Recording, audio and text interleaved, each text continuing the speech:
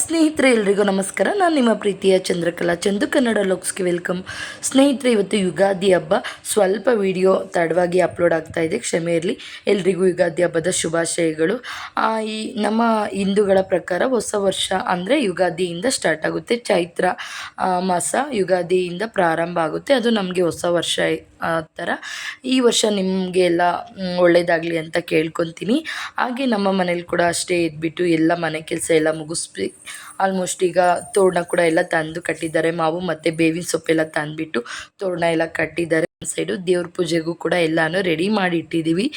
ಈ ಸರಿ ಅಂತೂ ಬೇಗ ಎದ್ಬಿಟ್ಟು ಬೆಳಗ್ಗೆನೇ ಆಲ್ಮೋಸ್ಟ್ ಎಲ್ಲ ಕೆಲಸ ಬೇಗನೆ ಆಯಿತು. ಅಡುಗೆ ಕೂಡ ಅಷ್ಟೇ 9 ಗಂಟೆಗೆಲ್ಲ ಅಡುಗೆ ಮುಗಿಸಿದ್ವಿ. ಬೇಗನೆ ಎದ್ಬಿಟ್ಟು ಬೇಗ ಮಾಡೀವಿ. ಈಗ ನಾನು ಕೂಡ ಸ್ಯಾರಿ ಎಲ್ಲ ಹಾಕ್ಕೊಂಡು ರೆಡಿ ಆಗಿದ್ದೀನಿ. ಈಗ ದೇವಸ್ಥಾನಕ್ಕೆಲ್ಲ ಹೋಗ್ಬಿಟ್ಟು ಪೂಜೆ ಮಾಡಿಕೊಂಡು ಬರಬೇಕು. ಈಗ ನೋಡ್ತಾ ಇರ್ಬೋದು, ಒಂದು ಸೈಡು ಬುಟ್ಟಿಲು ಕೂಡ ಅಷ್ಟೇ ಪೂಜೆಗೆ ಹೋಗೋದಕ್ಕೆ ಅಂತ ಎಲ್ಲ ರೆಡಿ ಮಾಡಿ ಇಟ್ಕೊಂಡಿದ್ದೀನಿ. ಹಾಗೆ ನೋಡಿ, ನನ್ನ ಮಗಳು ತುಂಬ ಕ್ಯೂಟಾಗಿ ಕಾಣ್ತಾ ಇದ್ದಾಳೆ. ಈ ಡ್ರೆಸ್ಸಲ್ಲಂತೂ ತುಂಬ ಚೆನ್ನಾಗಿ ಕಾಣ್ತಾ ಇತ್ತು ಅವಳಿಗೆ ಆ ಡ್ರೆಸ್ಸು. ಅವಳು ಕೂಡ ಎಲ್ಲ ರೆಡಿ ಆಗಿದ್ದಾಳೆ. ಹಾಗೆ ನನಗೂ ಕೂಡ ಹೂವು ಬೇಕು ಅಂತೇಳಿ ಹೂವು ಎಲ್ಲ ಮುಡಿಸ್ಕೊಂಡು ಅವಳು ಕೂಡ ರೆಡಿ ಆಗಿದ್ದಾಳೆ. ಹಾಗೆ ಹಸ್ಬೆಂಡ್ ಕೂಡ ರೆಡಿ ಆಗಿದ್ದಾರೆ. ಹಾಗೆ ಅತ್ತೆ ಮಾವ ಎಲ್ಲ ಕೂಡ ರೆಡಿ ಆಗಿದ್ದಾರೆ. ಬಟ್ ನಾವು ಹಸ್ಬೆಂಡು, ನಾನು ಮತ್ತು ಮಗಳು ಮೂವರು ಹೋಗ್ಬಿಟ್ಟು ದೇವಸ್ಥಾನಕ್ಕೆ ಹೋಗಿ ಪೂಜೆ ಎಲ್ಲ ಮಾಡಿಸ್ಕೊಂಡು ಬರ್ತೀವಿ. ಹಾಗೆ ನಾವು ರೆಡಿ ಎಲ್ಲ ಆಗಿದ್ವಲ್ಲ, ಹಾಗೆ ಒಂದು ಫೋಟೋಸ್ ಎಲ್ಲ ತಗೊಳ್ತಾ ಇದ್ವಿ. ಅಡುಗೆ ಕೆಲಸ ಎಲ್ಲ ಆಲ್ಮೋಸ್ಟು ಕಂಪ್ಲೀಟ್ ಆಗಿತ್ತು. ಅತ್ತೆ ನೀವೇ ಹೋಗ್ಬಿಟ್ಟು ಬನ್ನಿ ದೇವಸ್ಥಾನಕ್ಕೆ ಅಂದರೆ ಅವ್ರೇನು ಬರೋದಿಲ್ಲ, ಅವರು ಮನೆಯಲ್ಲೆಲ್ಲ ರೆಡಿ ಮಾಡಿ ಕೊಡ್ತಾರೆ. ನಾವು ದೇವಸ್ಥಾನಕ್ಕೆ ಹೋಗ್ಬಿಟ್ಟು ಬರೋಣ ಅಂತ ಈಗ ಬಂದ್ವಿ. ಇದು ನಮ್ಮ ಮನೆ ದೇವರಾದಂಥ ರಂಗನಾಥ ಸ್ವಾಮಿ ದೇವಸ್ಥಾನ ಊರಲ್ಲೇ ಇದೆ. ಈಗ ಬಂದ್ವಿ, ಎಲ್ಲರೂ ಆಲ್ಮೋಸ್ಟ್ ಬಂದಿರ್ತಾರೆ ದೇವಸ್ಥಾನಕ್ಕೆ. ಹಾಗೆ ಪೂಜೆಗೂ ಕೂಡ ಅಷ್ಟೇ ಎಲ್ಲ ರೆಡಿ ಆಗಿತ್ತು. ನಾವು ಬಂದು ಪೂಜೆಗೆ ಕರೆಕ್ಟ್ ಟೈಮ್ಗೆ ಬಂದ್ವಿ. ಈಗ ಪೂಜೆ ಕೂಡ ಆಗ್ತಾ ಇತ್ತು. ಬಂದು ಇಲ್ಲೂ ಕೂಡ ದೇವಸ್ಥಾನದಲ್ಲಿ ಪೂಜೆ ಎಲ್ಲ ಮುಗಿಸ್ಕೊಂಡ್ವಿ.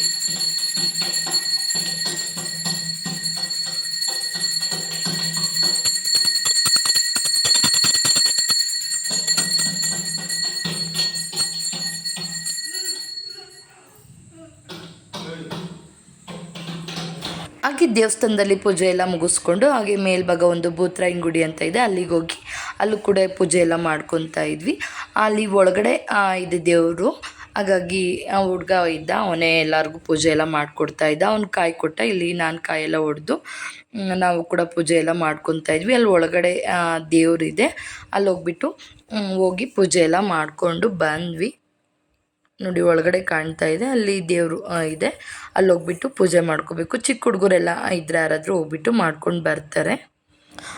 ಇದು ಗುಡಿ ಬಂದು ದೇವಸ್ಥಾನದಿಂದ ಸ್ವಲ್ಪ ಮೇಲೆ ಅಂದರೆ ಬೆಟ್ಟದ ಸ್ವಲ್ಪ ಬೆಟ್ಟ ಹತ್ತಬೇಕು, ಅಲ್ಲಿದೆ ನೋಡಿ. ಇಲ್ಲಿಂದ ಕೆಳಗಡೆ ದೇವಸ್ಥಾನ ಎಷ್ಟು ಚಿಕ್ಕದಾಗಿ ಕಾಣ್ತಾ ಇದೆ ಅಂತ.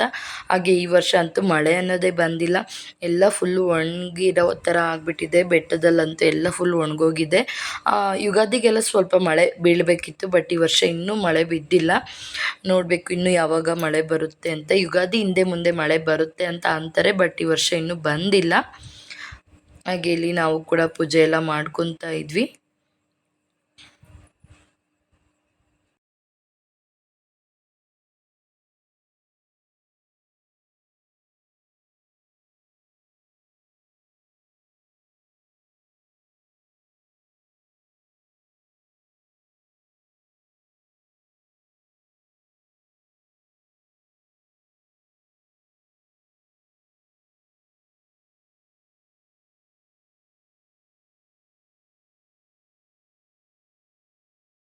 ದೇವಸ್ಥಾನಕ್ಕೆಲ್ಲ ಹೋಗ್ಬಿಟ್ಟು ದೇವಸ್ಥಾನದಿಂದ ಬಂದಮೇಲೆ ಸಮಾಧಿಗಳಿಗೆ ಬಂದ್ವಿ. ಅಂದರೆ ನಮ್ಮ ಹಸ್ಬೆಂಡ್ ಇದ್ದಾರಲ್ಲ, ಅವರ ಅಜ್ಜಿ ತಾತ ಮತ್ತು ದೊಡ್ಡಪ್ಪದಿರು ಕೆಲವೊಬ್ಬರು ಡೆತ್ ಆಗಿದ್ದಾರೆ. ಅವ್ರದ್ದು ಸಮಾಧಿಗಳೇನಿತ್ತಲ್ಲ ಅಲ್ಲಿಗೆ ಬಂದು ಇಲ್ಲೂ ಕೂಡ ಪೂಜೆ ಎಲ್ಲ ಮಾಡ್ಕೊಂಡು ಹೋಗಬೇಕು. ಮಲ್ಲೇಗೌಡ ಅಂತ ನಮ್ಮ ಮನೆಯವರಿದ್ದಾರಲ್ಲ, ಅವರ ತಾತ, ನಮ್ಮ ಮಾವರ ಅಪ್ಪ ಅವ್ರದ್ದು ಮತ್ತು ಅಜ್ಜಿ. ಹಾಗೆ ಮೂವರು ದೊಡ್ಡಪ್ಪದಿರು ಕೂಡ ಡೆತ್ ಆಗಿದ್ದಾರೆ. ಅವ್ರದ್ದು ಸಮಾಧಿ ಎಲ್ಲ ಇತ್ತಲ್ವ, ಅಲ್ಲೆಲ್ಲ ಬಂದು ಪೂಜೆ ಎಲ್ಲ ಮಾಡ್ಕೊಂಡ್ವಿ. ಹಾಗೆ ತುಂಬಾ ಬಿಸಿಲಿತ್ತು. ಪೂಜೆ ಎಲ್ಲ ಮಾಡಿಕೊಂಡು ಹಾಗೆ ಸ್ವಲ್ಪ ಹೊತ್ತು ಅಲ್ಲೇ ನಿಂತಿದ್ವಿ. ಕೆಲವೊಂದು ಕಡೆ ಕೆಲವೊಂದು ಹಬ್ಬದಲ್ಲಿ ಈ ರೀತಿ ಗುಡ್ಡೆಗಳಿಗೆಲ್ಲ ಹೋಗ್ಬಿಟ್ಟು ಪೂಜೆ ಮಾಡ್ತಾರೆ. ನಿಮ್ಮ ಕಡೆ ಎಲ್ಲ ಯಾವ ಹಬ್ಬದಲ್ಲಿ ಮಾಡ್ತಾರೆ ಅಂತ ಕಮೆಂಟ್ ಮಾಡಿ ತಿಳಿಸಿ. ನಮ್ಮ ಕಡೆ ಯುಗಾದಿ ಮತ್ತು ಶಿವರಾಮನವಮಿ ಬರುತ್ತಲ್ವ, ಆವಾಗೂ ಕೂಡ ಹೋಗ್ಬಿಟ್ಟು ಮಾಡ್ಕೊಂಡು ಬರ್ತಾರೆ. ಹಾಗೆ ಹೆಸರು ಬೇಳೆ ಪಾನಕ ಎಲ್ಲ ತಂದಿರ್ತೀವಿ, ಅದನ್ನೆಲ್ಲ ಎಡೆ ಇಟ್ಬಿಟ್ಟು ಪೂಜೆ ಎಲ್ಲ ಮಾಡಿಕೊಂಡು ನೆಕ್ಸ್ಟ್ ಮನೆಗೆ ಹೋಗಿ ಮನೇಲಿ ದೀಪ ಎಲ್ಲ ಹಚ್ಚಿ ಮನೇಲಿ ಏನೆಲ್ಲ ಅಡುಗೆ ಮಾಡಿರ್ತೀವಿ ಅದೆಲ್ಲನೂ ಮನೆಯಲ್ಲೂ ಕೂಡ ಎಡೆ ಹಾಕ್ತೀವಿ. ಬಟ್ ಈಗ ಬಿಸಿಲು ಬರ್ತಾ ಇತ್ತು ಒಳಗಡೆ, ಅಂದರೆ ನಾವು ಎಡೆ ಇಟ್ಟಿದ್ವಲ್ಲ ಅಲ್ಲಿಗೆ ಆ ಮೇಲೆ ಗವಾಕ್ಸಿ ಇರುತ್ತಲ್ಲ ಅದ್ರದ್ದು ಬಿಸಿಲು ಬೀಳ್ತಾ ಇತ್ತು. ಮನೇಲೂ ಕೂಡ ಪೂಜೆ ಎಲ್ಲ ಆದಮೇಲೆ ಈಗ ಊಟನ ಮಾಡ್ತಾ ಇದ್ದೀವಿ. ಆಲ್ರೆಡಿ 11 ಗಂಟೆ ಮೇಲಾಗಿತ್ತು. ನಾವು ಎಷ್ಟೇ ಬೇಗ ಎದ್ದು ಮಾಡ್ತೀವಿ ಅಂದರೂ ಕೂಡ ಟೈಮ್ ಆಗಿಬಿಡುತ್ತೆ. ಎಲ್ಲ ಕಡೆ ದೇವಸ್ಥಾನಕ್ಕೆಲ್ಲ ಹೋಗ್ಬಿಟ್ಟು ಬರಬೇಕಲ್ಲ, ಹಾಗಾಗಿ ಟೈಮ್ ಆಗುತ್ತೆ. ಆಗಿದ್ರೂ 11 ಗಂಟೆನೇ ಬೇಗ ಅಂತ ಅನಿಸುತ್ತೆ. ಹಾಗೆ ಹಬ್ಬದ ಊಟ ಎಲ್ಲ ಆಯಿತು. ಹಾಗೆ ನನ್ನ ಮಗಳು ನೋಡಿ, ನಾನು ಸೀರೆಗೆ ಎಲ್ಲ ನೆರಿಗೆ ಹಿಡಿತೀನಿ ಅಮ್ಮ ಅಂತೇಳಿ ನಾನು ನಿಂತ್ಕೊಂಡಿದ್ರೆ ಎಷ್ಟು ನೀಟಾಗಿ ಸೀರೆದು ನೆರಿಗೆ ಎಲ್ಲ ಹಿಡಿತೀನಿ ಅಂತ ಹಿಡಿತಾ ಇದ್ಲು.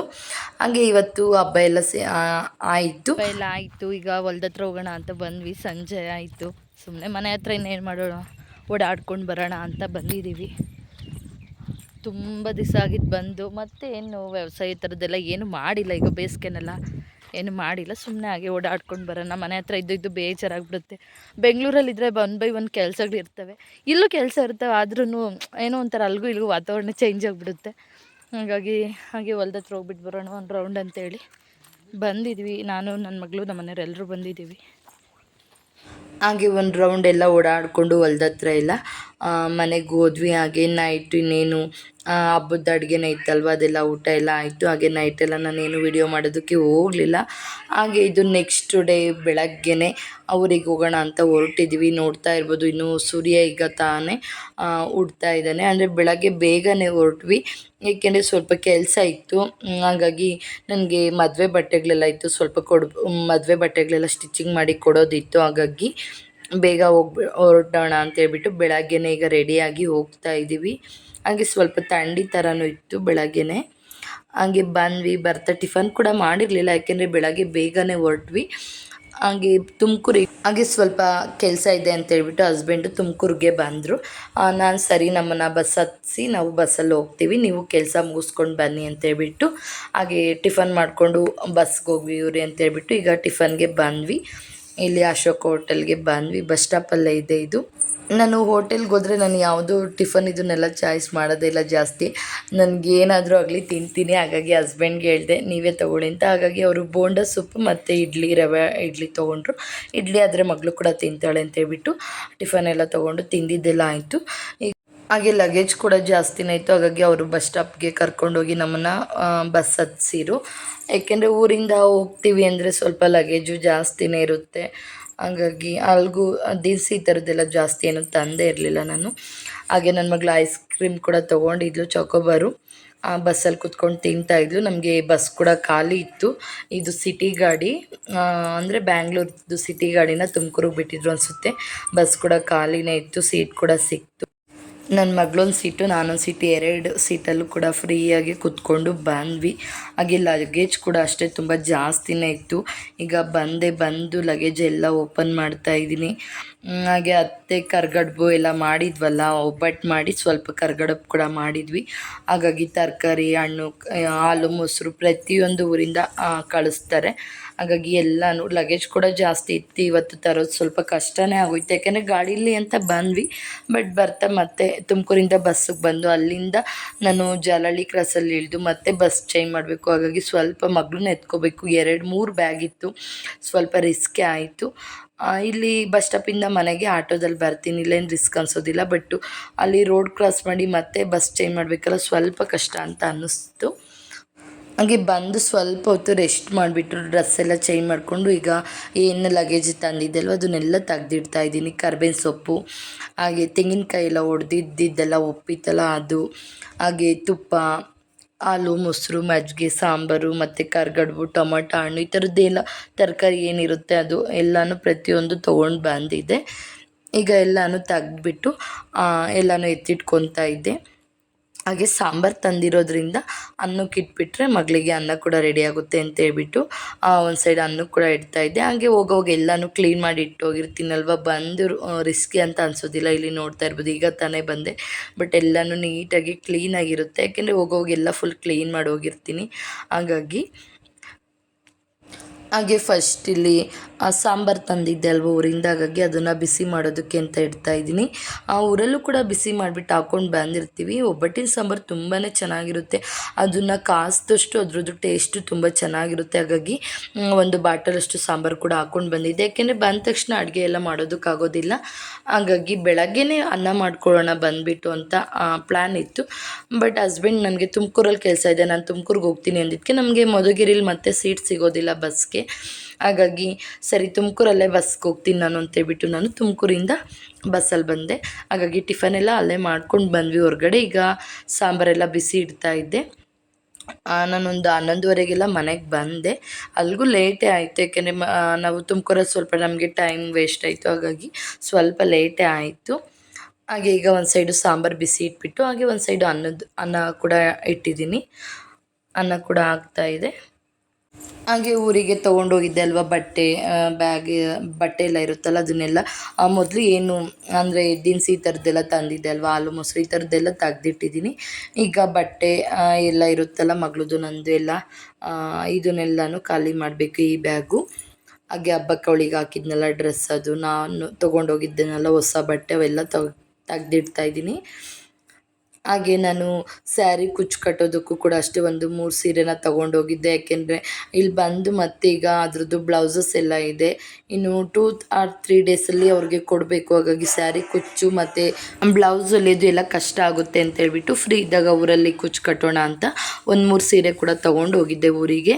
ಹಾಗೆ ಇದೊಂದು ಸೀರೆ ಊರಲ್ಲಿತ್ತು, ಜಾಸ್ತಿ ನಾನು ಇದನ್ನು ಉಟ್ಟೇ ಇರಲಿಲ್ಲ. ಹಾಗಾಗಿ ತೊಗೊಂಡು ಬಂದೆ. ಇಲ್ಲಿ ಸಿಂಪಲ್ಲಾಗಿ ಎಲ್ಲಾದರೂ ದೇವಸ್ಥಾನ ಈ ಥರದ್ದಕ್ಕೆಲ್ಲ ಹೋದರೆ ಉಟ್ಕೊಂಡು ಹೋಗೋಣ ಅಂತೇಳ್ಬಿಟ್ಟು ಈಗ ತೊಗೊಂಡು ಬಂದೆ. ಹಾಗೆ ಹೊಸ ಸೀರೆಗಳು ಕೂಡ ಅಷ್ಟೇ ಅಲ್ವಾ, ನೀಟಾಗಿ ಹಾಗೆ ಪ್ಯಾಕ್ ಎಲ್ಲ ಮಾಡಿಕೊಂಡು ತೊಗೊಂಡು ಬಂದಿದ್ದೆ.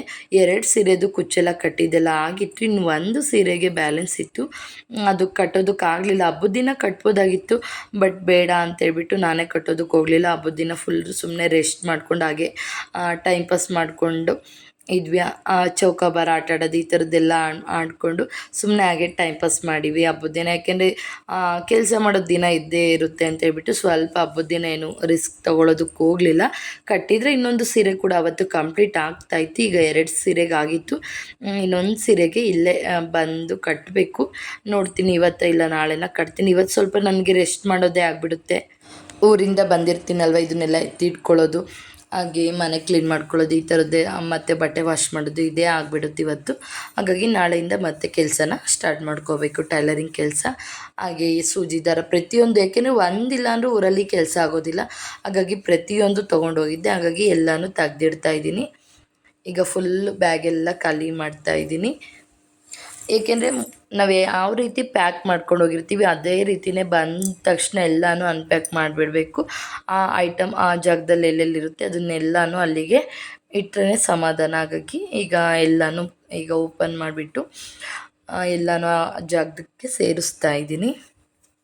ಓಕೆ, ಈ ವಿಡಿಯೋ ನಿಮಗೆಲ್ಲ ಇಷ್ಟ ಆಗಿದೆ ಅಂತ ತಿಳ್ಕೊತೀನಿ. ಇಷ್ಟ ಆಗಿದ್ರೆ ಒಂದು ಲೈಕ್ ಕೊಡಿ. ಹಾಗೆ ಇನ್ನೂ ನನ್ನ ಚಾನಲ್ನ ಸಬ್ಸ್ಕ್ರೈಬ್ ಆಗದೆ ಹೊಸದಾಗಿ ಯಾರೆಲ್ಲ ನೋಡ್ತಾ ಇದ್ದೀರಾ ಪ್ಲೀಸ್ ಆಗಿ ಸಬ್ಸ್ಕ್ರೈಬ್ ಮಾಡ್ಕೊಳ್ಳಿ. ಊರಿಗೆ ಹೋಗಿ ಒಂದು 3 ಡೇಸ್ ಇದ್ವಿ, ಬಟ್ ಅಲ್ಲಲ್ಲೇ ಕೆಲವೊಂದು ಕ್ಲಿಪ್ಪಿಂಗ್ಸ್ ಮಾತ್ರ ತೊಗೊಂಡಿದ್ದೀನಿ. ಯಾಕೆಂದರೆ ಕೆಲಸದ ಮಧ್ಯೆ ವಿಡಿಯೋ ಮಾಡ್ಕೊಳ್ಳೋದು ಸ್ವಲ್ಪ ಕಷ್ಟನೇ ಆಗುತ್ತೆ. ಹಾಗೆ ಈ ವರ್ಷದ ನನ್ನ ಒಂದು ಸೇವಿಂಗ್ಸಲ್ಲಿ ಒಂದು ಗೋಲ್ಡ್ ಪರ್ಚೇಸ್ ಮಾಡಿದ್ದೆ, ಅದರದ್ದು ಕೂಡ ವಿಡಿಯೋ ಆಲ್ರೆಡಿ ಅಪ್ಲೋಡ್ ಮಾಡಿದ್ದೀನಿ. ಒಂದ್ಸರಿ ವಿಸಿಟ್ ಮಾಡಿ ನೋಡಿ. Thank you for watching. Thank you all.